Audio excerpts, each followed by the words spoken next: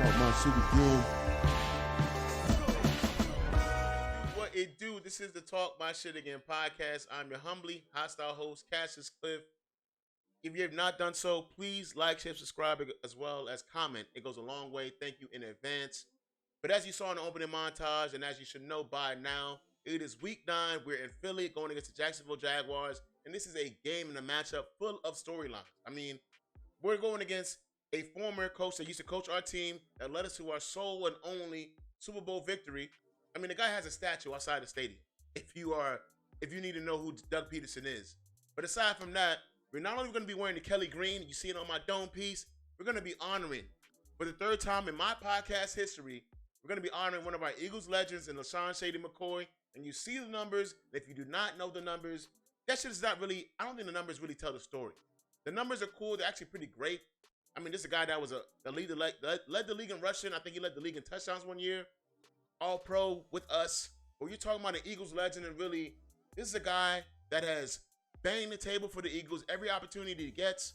And this is the third time we get to do this as I've been doing this podcast. And I really think the third time's the charm, because there's nobody that probably deserves to be honored as a former Eagle more in recent memory than LaShawn Shady McCoy, because this is by far, when it comes to playing the running back position, if I could play like anybody, I would play like either LT, LaDainian Tomlinson, or Shady McCoy that wore the 25. And I think we have a great opportunity not only to step on the necks and really show up a bad opponent in the Jacksonville Jaguars, but honor a former Eagle great in the way that we absolutely should. But with that being said, we already know we have the week 9 injury report. And obviously the silhouette, the graphic is great. It's beautiful. We know the Kelly Green is great. But we're going to be missing 2 of our prominent players, 2 starters. We already know Dallas Goedert. He's going to be out, even though he decided to dress in Halloween with his girlfriend and fiance on his front. I don't know how much she weighs. I'm not even going to get into her weight. But you put a whole human in front of you and your hammy's not even good. That is a whole other discussion for a whole other day. But Darius Slade will not be playing with a groin injury. And obviously, that's unfortunate. But fortunately for us, we have quite a bit of QB cornerback depth. And we're going to actually see an opportunity and see what this cornerback room will look like in the future, because we already know at this point, Darius Slade has had his best years probably with us, and it's coming to an end.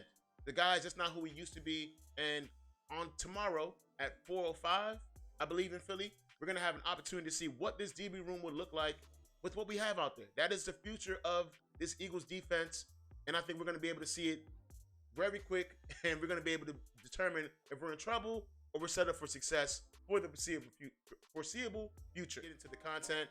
First and foremost, as I mentioned, replacing Darius Slade will be Isaiah Rodgers. And Isaiah Rodgers, I thought was going to be a great pickup for this defense going into last year. Obviously, he was suspended, so we noticed that we signed him, and we're going to have to wait till this year to actually see what he was going to be able to offer us and give us. And going into it, I thought he's going to be our number 2 corner. Bradbury's cooked. We don't need to see him out there no more. So Isaiah Rodgers was going to be our number 2 corner. And going into the draft, Howie Roseman had a different idea. He had a different idea entirely. And he said, not only am I going to draft 1 corner in the first round, I'm going to double down and get 2 corners. Unless Isaiah Rodgers is buns, I got 2 backup plans ready to go. And these guys are studs. I don't think anybody will argue with you, or people that will argue with you clearly did not watch the games or are not looking at tape. Those guys are as advertised. Cooper DeJean and Quinyon Mitchell are great. But Isaiah Rodgers being the number 2 or number 1 corner today, or tomorrow rather, we're going to see a lot. We're going to learn a lot in terms of what he could give us and what he could offer us, because in a limited role against the Bengals last week, great pass breakup against Jamar Chase led to an interception. And here he is in the actual more, with a lot more reps, actually in the starter role and having some effectiveness, which is why I thought he would be great for this team. But as I just mentioned, and as I just said, with 0 reservations, those 2 rookies are for real. I mean, Quinyon Mitchell, it seems like every week he is so close to getting an interception. That shit is low-key frustrating. I'm not gonna lie to you. I mean, the guy is right there every time, and it's clear as day. His coverage is elite. His hands are mid. I think I have to accept it for what it is until he gets an interception. And I think at this point, it's going to happen when I least expect it, or all of us least expect it. And that's cool with me, because in the end, that's exactly what's happening. He's not letting up touchdowns. He's letting up very few yards. This is a guy in 8 games that's allowed, less than 30 receptions, less than 300 yards. This is a rookie we're talking about. We're not talking about a 5-year vet. A rookie. Obviously, he's not getting any kind of national attention because I think he went to Toledo. I think he's just not getting that attention, and he plays for the Eagles. But if you're watching the games, you know exactly who 27 is, and there's no arguing about that. But if we know well and good at this point in time, especially in the way the league is, there's very few corners or really DBs that are of the white complexion, of the lighter complexion, that play at a high level. And absolutely, Cooper DeJean is one of them. It's not a race thing. But it's just like, cornerbacks aren't white, typically. And if you're a white cornerback, you have to be really good. You have to be. It seems to be only 2 of them. I think one plays for the Broncos, and one absolutely plays for Philadelphia Eagles. And this is a guy right here who very close to getting an interception against Joe Burrow, a lot of people's golden boy, a lot of people's hero. And he absolutely showed out in that game. We're talking about the highest rated defensive back in the entire game. But when you're talking about a game that we should absolutely dominate and control, it has to start on the offensive side of the ball. And when it comes to controlling the offensive side of the ball, that starts with number 26, Saquon Barkley. This is a guy that has been a tone setter, a game changer, and really, he's altered the overall energy of this offense. We're talking about guys on the outside like Smitty and AJ watching in awe of this guy run the ball. That's how you know this offense and really this team is primed for some real moves and really a real run at the end of this year. But obviously, that run starts now. It is November. This is the first game of the November month. And this is where you make those strides. This is where you actually beat on bad teams, and you do it convincingly because you know you should. And Saquon Barkley absolutely will help set the tone of this offense tomorrow. And I have no questions about that. But when it comes to the offense and setting the tone from beginning to end, it has to start with quarterback. And Jalen Hurts has absolutely, not only has he improved, but he's improved without his best weapons. Here he is going against the Falcons without A.J. Brown and absolutely throwing a dot to Brittany Covey. If you do not know who Brittany Covey is, it's for a good reason, because that is a guy, not only is he white, playing a skill position, he plays punt return and kick return. Those guys are not supposed to be catching passes out here. At Kevontae Turpin, you're not supposed to be catching passes like that. But yet and still, Jalen Hurts finds him for an absolute doubt on the sideline, and that's what he did all the course of this game. Obviously, we did not win this game, but to me, when it came to Jalen Hurts being comfortable and actually showing true control of the offense, this is one of those games that he did that in, yet and still did not result in a W. But finding Smitty on that sideline in double coverage, I mean, the guy has shown improvements year in, year out. These things don't surprise me. I know it surprised a lot of other people, but him being the best deep thrower of the football since 2022 is not breaking news to me. It may be breaking news to y'all, but when Jalen Hurts has a clean pocket and he has his weapons, expect to see throws like this, because not only did it throughout the regular season in 2022, he did it in the Super Bowl with an absolute dime to AJ in the back end zone. I mean, he even did it last year in spurts. Obviously, the season did not end the way we wanted to, but Jalen Hurts has shown year in and year out, since he's been a starter, he knows how to throw the ball deep, and there's not a lot of people that could do it better than him, if anybody could do it better than him, because it doesn't matter who's out there. If you can run a route and you can go deep down the field, he's gonna find you.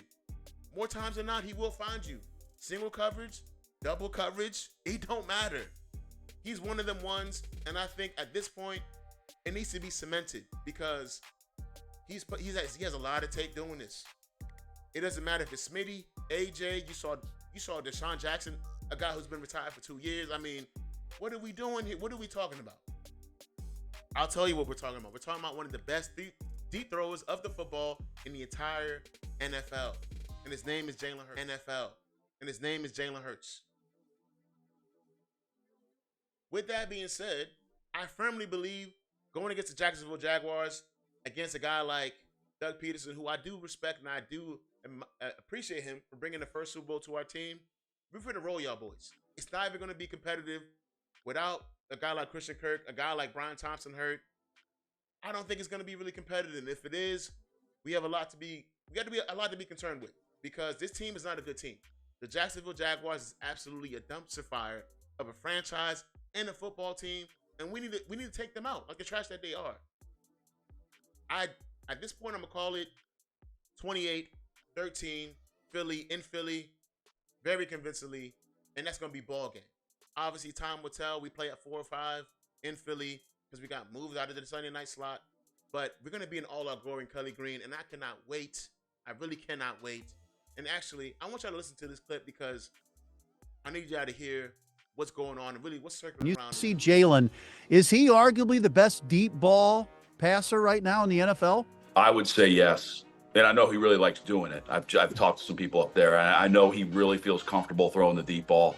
And he's obviously because he's really good at it. I mean, and so I would say yes. And the fact that he's got those two guys on the outside to throw it up to, I mean, that doesn't hurt your chances either for, chances for success. And that's the key. That's the key to wins and losses in the NFL is getting, obviously, the turnovers. We know those things. It's the explosive plays, okay, and preventing explosive plays. And that is so key because it's just hard against these defenses on third down where they're showing you all these different looks.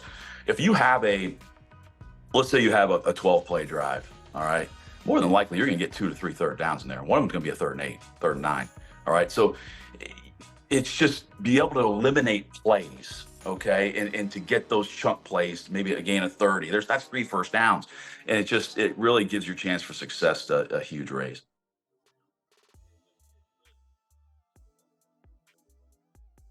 Switching up the offense, playing last week we went 21 plays under center versus week 1 with 7.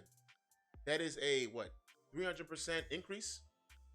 Obviously, we needed to switch up the way that we were running plays and really our formations. But ultimately, we're talking about an offense that leans heavily on explosive plays and is capable.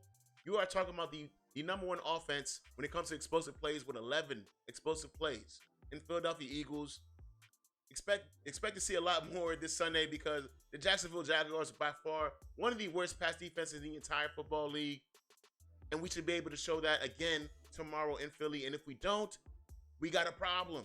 We have a huge problem, and it needs to be addressed quickly because we're out of bye weeks. Our bye week was 2 weeks ago. We don't have any refractionary period. It is what it is at this point, especially going into November. We are who we are. So let's go and show that. Jacksonville Jaguars are a trash team. They're not a good team. We're better than that. All we got to do is show that. I'm calling it right now, 28-13, if not really 35-13. I really feel like we can really blow these dudes out, and it's not going to look good. It's going to be done early, but I'm gonna keep it somewhat respectful for my guy Quest, who, you know what I'm saying, shout out to you, Quest. But yeah, I'm gonna keep it somewhat respectable. 28-13, Philly in Philly. That's all it is, baby.